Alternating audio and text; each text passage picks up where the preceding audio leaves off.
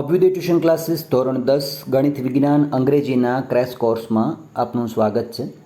Part 1 કે જેમાં આપણે આજે વાત કરવાના છીએ ગણિતના પ્રથમ પ્રકરણ યુક્લિડ ભાગ પ્રવૃત્તિમાં પૂછી શકાય તેવા અગત્યના દાખલાઓની.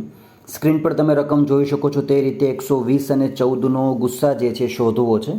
તો આવા અથવા આની જેવા કોઈ પણ દાખલા આવે તો તમે તેમાં શું કરવાના છો એ પ્રથમ સમજી લેશો. સૌપ્રથમ તમારે જવાબ લખતી વખતે અહીંયા માત્ર આટલું પ્રથમ કરી દેવાનું છે, 120 ગ્રેટર ધેન 14. ત્યારબાદ હવે આ સ્ટેપ જે છે ખાસ સમજી લેજો કે તમારે અહીંયા 14 જે છે એ બહાર મૂકવાના છે અને 120 જે છે એ અંદર મૂકી દેવાના છે. આઈ હોપ કે દરેકને ભાગાકાર આવડતો જ હશે. તો હવે તમે 14નો ભાગાકાર જે છે 120 સાથે જ્યારે કરો છો ત્યારે તમે ઘડીઓ બોલશો 14 × 8 112. યાદ રાખશો આપણે કે અહીંયા શેષ 0 લાવવાનો પ્રયત્ન કરવાનો છે, ક્યાંય પણ પોઈન્ટ નથી પાડવાનો. 120માંથી 112 તમે જ્યારે બાદ કરો તમારી પાસે શેષ વધે છે 8. તો હવે અહીંયા 3 ટપકા કરીને આ રીતે લખવાનું છે. સ્ટેપ ખાસ સમજી લેજો. 120 અહીં મૂકી દેવાના, બરાબર. તમે જેનાથી ભાગ્યા છે એ સંખ્યા મૂકી દઈશું 14.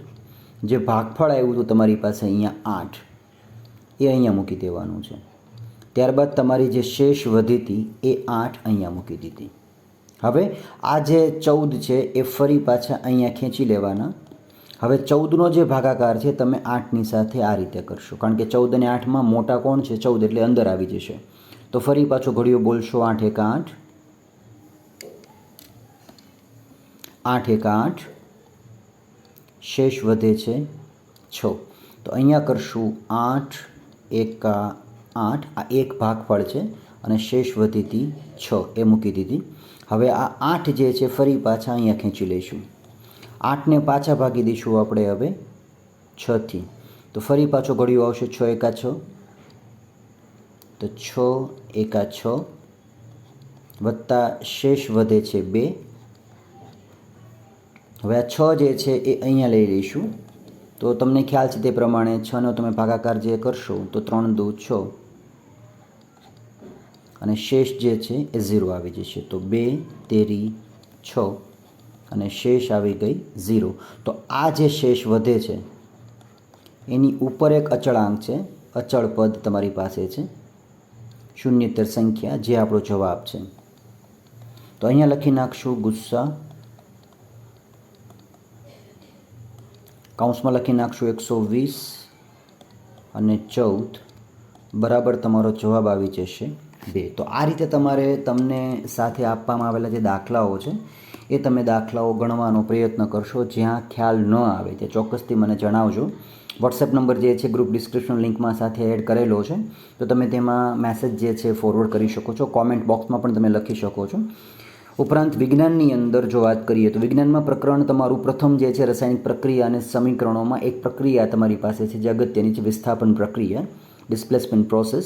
તો એ કેવી રીતે યાદ રાખવાની છે, તેમાં શું લખવાનું છે, ટૂંક નોંધ તમારી પાસે જ્યારે પૂછવામાં આવે ત્યારે.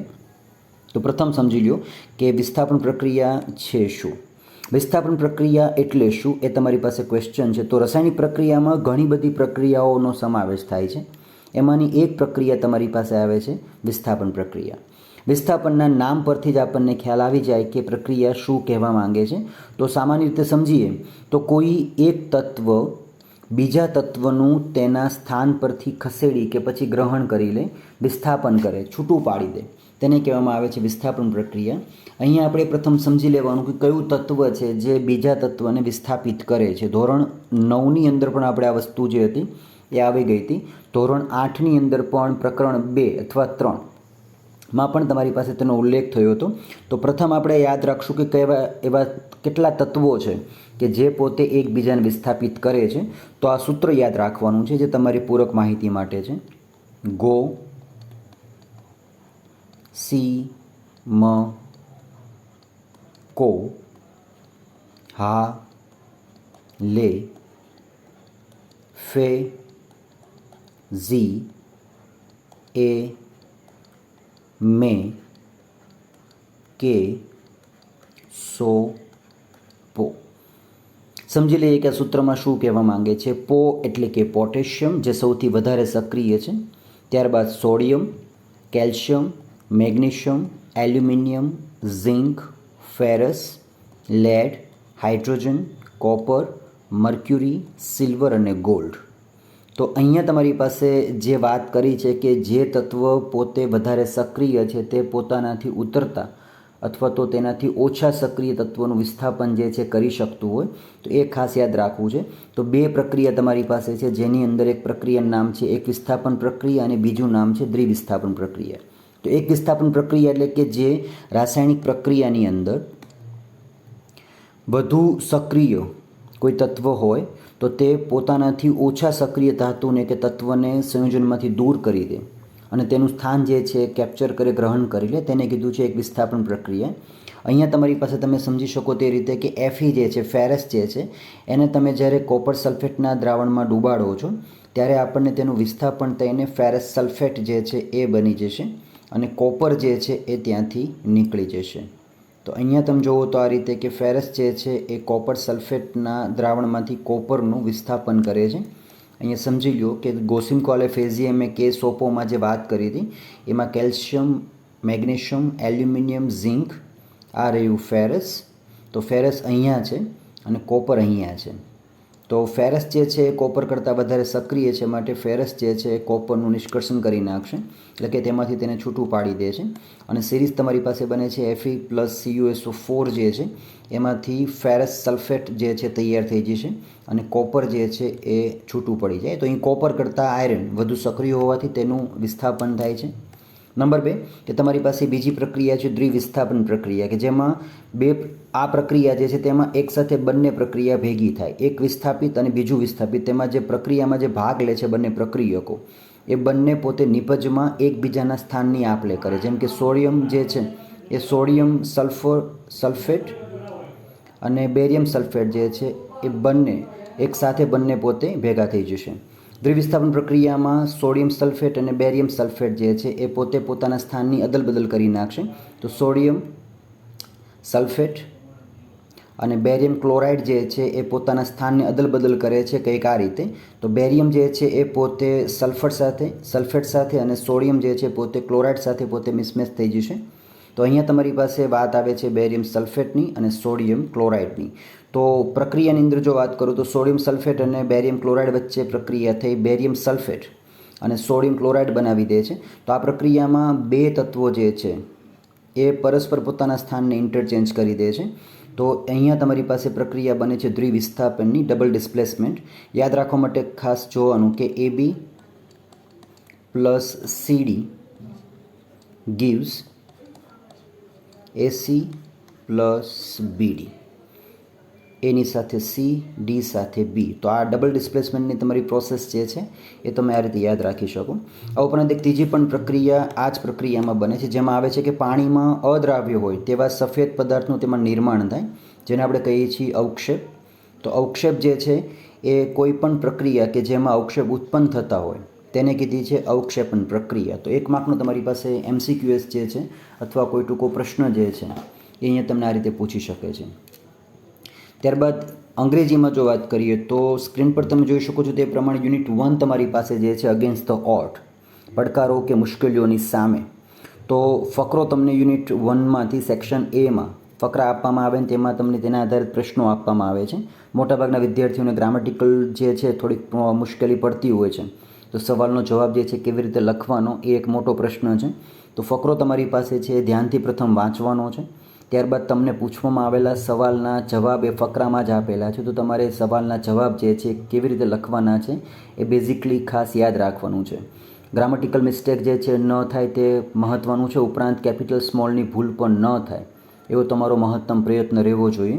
Four 25 years, residents of Tajnagar village near Gurgaon lobbied for a railway station in their village.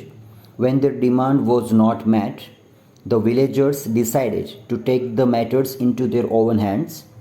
They pulled in 21 lakh rupees and built a railway station on their own.